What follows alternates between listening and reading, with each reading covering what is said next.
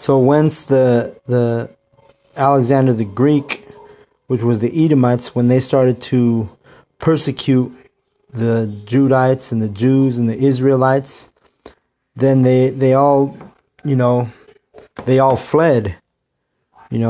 Basically you had Northern Kingdom eventually would flee to the Americas, and Southern Kingdom fled into Africa, what is called Africa today, So that's why so many so-called blacks, consider themselves African when they're not. They're actually Israelites or Hamites. So I'm going to go to Second Esdras to talk about the journey of because the journey of the 10 tribes, which are referred to as the lost tribes of Israel, they went on a great journey through the Euphrates, meaning they got to the Americas and, settled here and started calling themselves Aztecs and Mayans and all kinds of other different, tribes that they were being called after when they were actually Israelites. All right. You had Reubenites, which were, the Seminole Indians, so-called Indians, over in Florida region of what is known as Florida today. So you had, the so-called Native Americans. They fled and on a great journey. We're about to read about it. This is 2nd Esdras chapter 13, verse 40.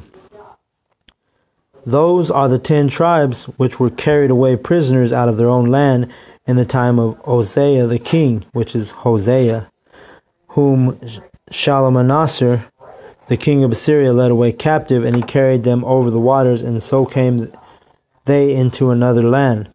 But they took counsel among themselves, the 10 tribes, that they would leave the multitude of the heathen and go forth into a further country where never mankind dwelt, speaking of the Americas, that they might keep their statutes which they never kept in their own land. And they entered into the Euphrates by the narrow places of the river. For the Most High then showed signs for them and held still the flood till they were passed over. So, it was more than likely the chariots that guided them across the ocean, the Atlantic Ocean, eventually, and like towards the southern part of, the Americas, like Brazil and South America. That's where these tribes journeyed to, and they dwelt, like it says in verse 41, where never mankind dwelt. And they inhabited the New World, at that time was Israelites dwelling in the New World, not the Edomites or the Europeans or the Romans. So verse 44, for the Most High then showed signs for them and held still the flood till they were passed over, which more than likely they were guided by a chariot, a UFO. Because that's the technology of Yahweh. He's had that technology since the beginning. Verse 45, for through the country there was a great way to go, namely of a year and a half, and the same region is called Arsareth. All right, so there you go. It took them a year and a half to get from the Euphrates unto the Americas, all right, which were later called the Native Americans, which were those 10 tribes, and also Southern America. Then dwelt they there until the latter time. And now, when they shall begin to come, the highest shall stay the springs of the stream again, that they may go through. Therefore sawest thou the multitude with peace. But all right, and I'm actually not going to keep reading that, but that's enough. I just wanted to get the journey and how they went to the land of Arsareth, which was literally the New World, and which the white man, so-called white man, the Edomites, they named it America. Right, after that Edomite Amerigo Vespucci. All right, so now I'm going to go to, because now they had journeyed to the land. So when they inhabited America, they began calling, they've been getting going off. They were calling themselves Aztecs and Mayans and different types of different things, So they were going off. They were, Ephraim has always had a history, meaning Northern Kingdom, meaning, the Native Americans and the Hispanic tribes, so-called Native American and Hispanic tribes, have a history of idol worship, right? Starting out with Jeroboam when they devised the 2 calves. They did the same thing when they got taken out of Egypt. Ephraim has always stumbled with that, and they still stumble to this day, right? Because now they follow Jesus Christ heavy. You tell a so-called Mexican that Jesus Christ is a demon, and they'll lose their mind, Or you show the picture with the Jesus Christ with the horns that we have at the camps, and they get offended, And that's going into these verses. So I'm actually going to go to, really quick, while I'm on that subject, go back to Hosea, just to prove. Hosea 4:17, and it just a short verse. It says, on the bottom of the screen, it says, Ephraim is joined to idols. Let him alone. Their drink is sour. They have committed whoredom continually. Her rulers with shame do love. Give ye.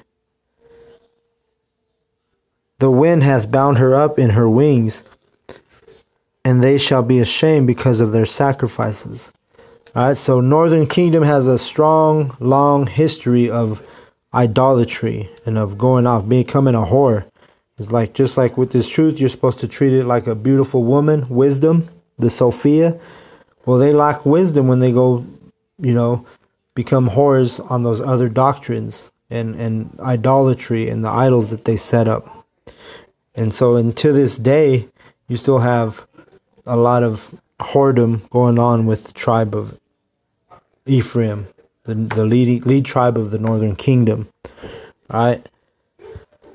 So now we've got to the point where they went across the Atlantic and inhabited the Americas.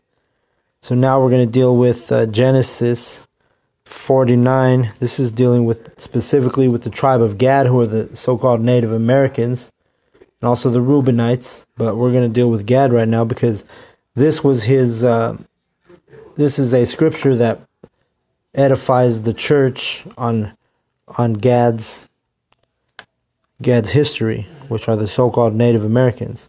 It says, Gad, a troop shall overcome him, but he shall overcome at the last. All right. So what is that troop that overcame Gad?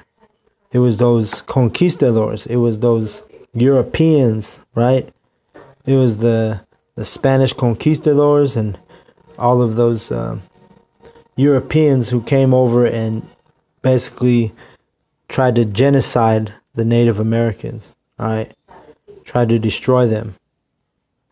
So when those Europeans came over, they knew that the Gadites and the Reubenites, they knew they were Israelites. That's why if you look at a lot of pictures of so-called Native Americans, they have garments with fringes.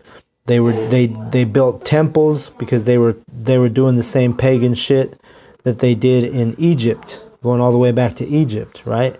So they did. That's why you have pyramids in Mexico and you have pyramids in Egypt, because it was an extension of that pagan shit that they were doing in the ancient times during Egypt. They knew how to build pyramids because who do you think built the pyramids? It was the Israelites. And that's why even to this day in spiritual Egypt, you have the so-called Mexican who are construction workers building up Babylon. They build these cities for the Edomites because they're in captivity, just like they were in Egypt under the Pharaoh. So nothing new under the sun, but back to verse 19, Genesis 49:19. Gad, a troop shall overcome him, but he shall overcome at the last.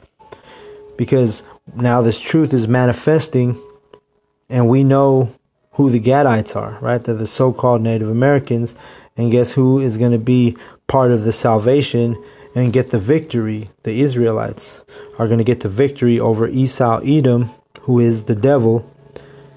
But, that troop that overcame him was those conquistadors, a fierce troop. They came up in here, took over. They killed as many as they needed to, and then they submitted the so-called Native Americans. So with that, I just wanted to make that point, because you got, like I said, you got these alphabet camps, and you got these 2/3 niggas who they listen to these false doctrines and they stumble at the understanding of this truth.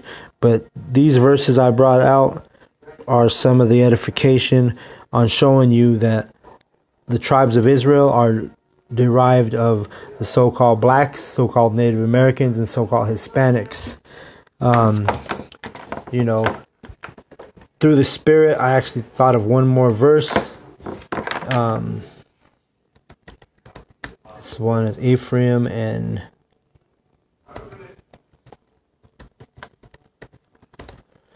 hold on. But that's why you see on these street corners and the concourses, you see the so-called blacks, Native Americans, and Hispanics together. Not only that, Ezekiel, the two sticks coming back together, right? It's because Northern Kingdom and Southern Kingdom are prophesying the downfall and destruction of the Esau, Edom, and his Babylonian empire in America. And we're together prophesying this, And there's an order.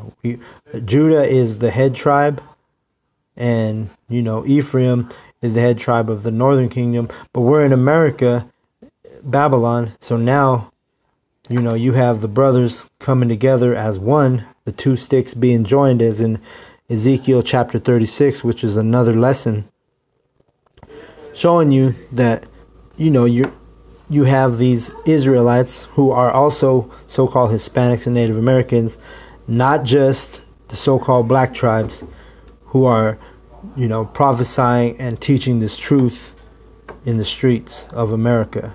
All right, the different